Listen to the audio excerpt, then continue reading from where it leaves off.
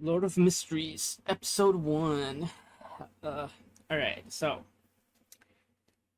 disclaimer, I have not read the light novels of this, but I have heard the the series is actually really good. So, this is one of the few that I've been really looking forward to watching and covering and for the podcast. And I gotta say, on first impressions of the first episode, uh, I can say the hype or like the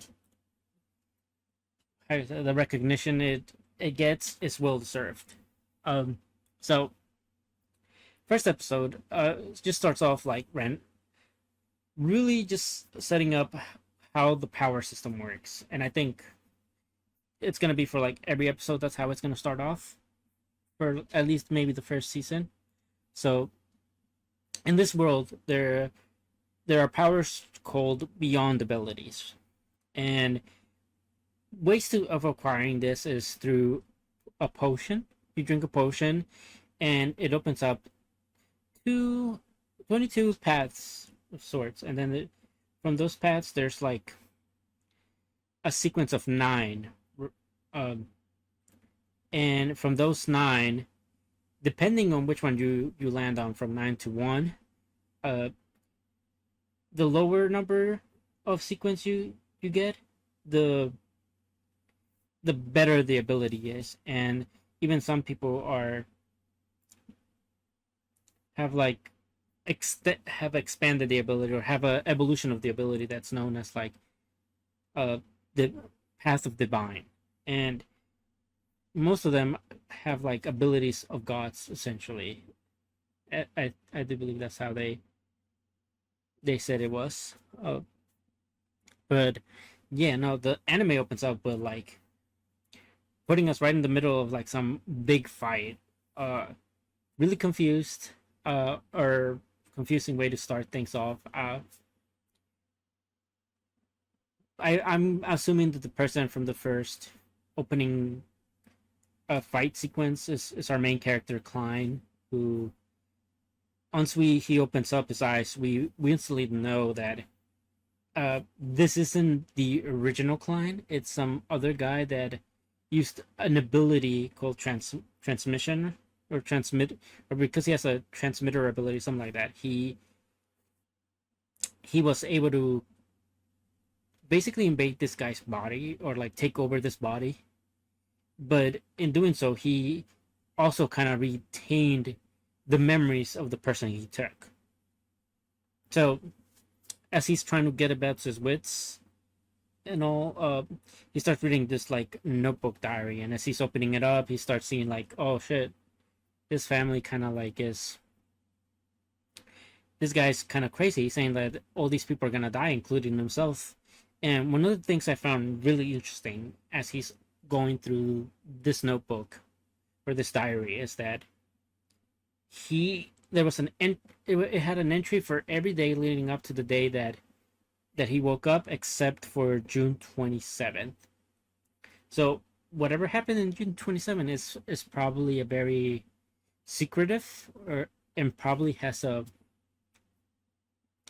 it's going to be one of the main keys to finding out why he's there in the first place. So really interesting stuff. This is one of probably my favorite parts of just seeing how well this guy like takes his surroundings and notices things. So once this guy goes into town and he decides to like grab some bread, uh essentially he says he had to perform this ritual to try to get back to his original body, or to maybe get an understanding as to what was happening. And one of the things that I found really interesting as he's going through town is the fact that there's slight instances where you notice certain characters are kind of hiding, that they're looking at him, and at a certain point he starts catching on. So he tries to swerve around, goes into this tent with the sidekick, and tries to have she offers him to read him his future, or like give him a reading for free. So he ends up trying to get a reading for his past, his present, and his future to see how he's best to go about things moving forward, and also to understand his circumstances as he is now. And then the past, I guess, is just kind of like to see if this psychic can dig up things from his past, from his either his past life or his former self. And so he decides to go for the present.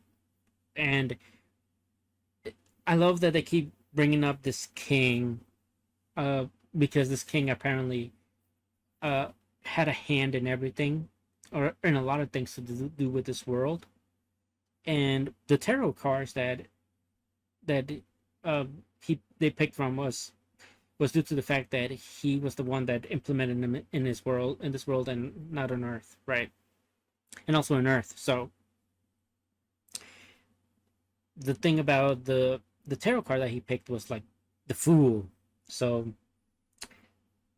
you can do your digging on the Fool for the tarot cards, but they get cut on. Pretty much the real psychic shows up, and they're not able to read him like his full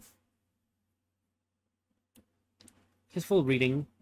Even though the psychic that was with him was actually pretty good. It's like, yeah, I'm actually pretty good at this, but he leaves because he starts noticing the people that were chasing him are now back, or like somebody that he doesn't want to cross paths with is there. And then we finally get to his back to his place where he performs this ritual of sorts. And when I say some of this has some like the most stunning animations, as we have Klein and some other people that seem to be being called by him when this ritual happened. Very interesting, as he and these people get transported into another realm. I think they end up calling it like the divine realm, and in here pretty much they all agree that Klein was the one that brought them all there. So essentially, Klein has complete control of what happens in this realm. And I do have to say, from beginning to this portion of the anime, where when they're in this divine realm, the music could not be chosen any better. Like, that's one of the things I have really enjoyed so far, is the music choice that they put in here. And to get back to them being in this divine realm, they start questioning, like, okay, well, you're the one that brought us here, so like, what's happening? Can you give us your name? And he pretty much is like, okay, well, I can't. How do I tell him that I'm? Do I tell him that I'm Klein, or do I tell him that I'm my former self? So I like that. In between he knows he's both these people, but at the same time, he's not. He can't tell them that he's either, because he doesn't really know these people. He doesn't know what they're capable of, or why they're even there in the first place. And he basically ends up telling him a Neglius, which is the Fool, which very fitting that his tarot card reading for the present has him as the Fool, and that's the code name or alias he's going by in this divine realm with these people. And because they're like, oh, well, you chose a tarot card name, like, if we're gonna be kind of like a collective here, we should all have tarot card names. So the girl and the guy that end up meeting with them there, the girl decides to call herself Justice, and the guy says, well, I'm the hanged man.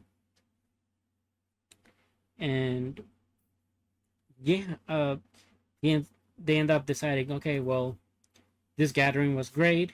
We should do it more. We should do it more often. Like, when can we expect you to do this? And he says, all right, well, the next gathering should be Monday at 3 p.m., which spoilers for future things.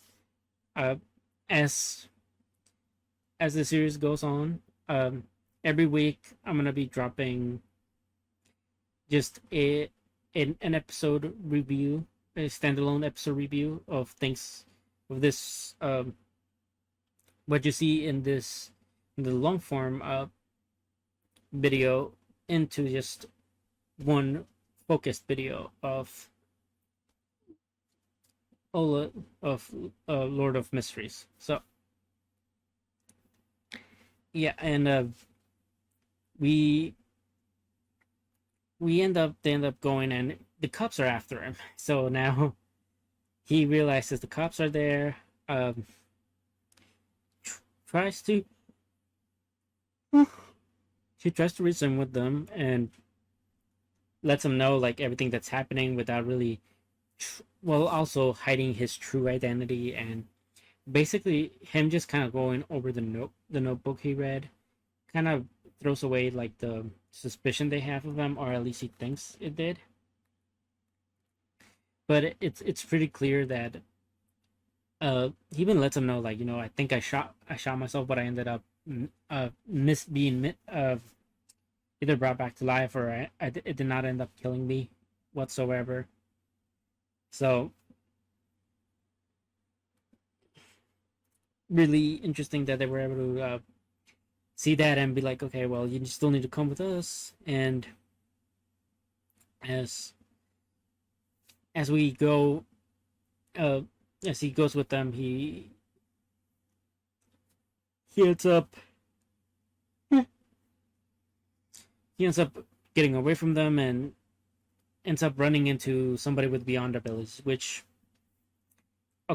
we know that this guy, what he's doing in this world, technically is not a beyond ability, because when they were like in the divine realm, um, he had no idea how to explain to the girl how to get a beyond ability or become a beyonder.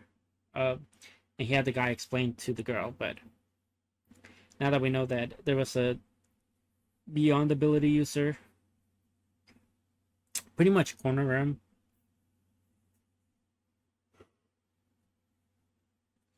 And Dune Smith and this lady that was with them try to get information that is within his consciousness and try to get him to out that information in this other world, or this specific divine realm of theirs. And he instantly notices, like, well, that was my dad and pops from the other world. you know, are they able to see it? Can they make a connection of that? And he realizes, oh, just because I'm here doesn't mean that they're able to see everything that's within here. So he's like, so I'm pretty much guessing that he realized they could not get in deeper into his consciousness to really pry him of information that they wanted. So they end up realizing, okay, well, you can be a valuable asset to us. So they offer him the ability to uh, essentially become a beyonder. But like, we can give you beyond abilities if you would like. And interesting enough, great cliffhanger. So some other thoughts for Lord of Mysteries. I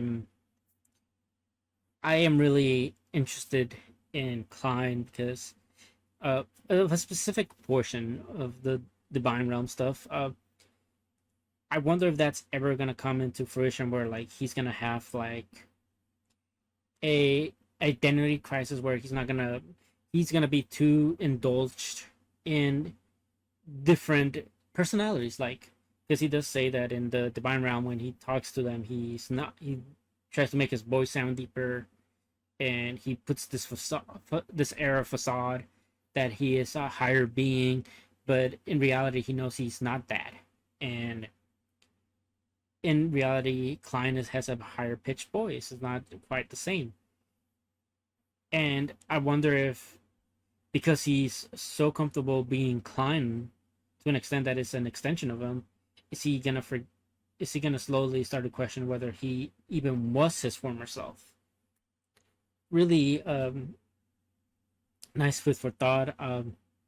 So far, uh, that's all I got for this one.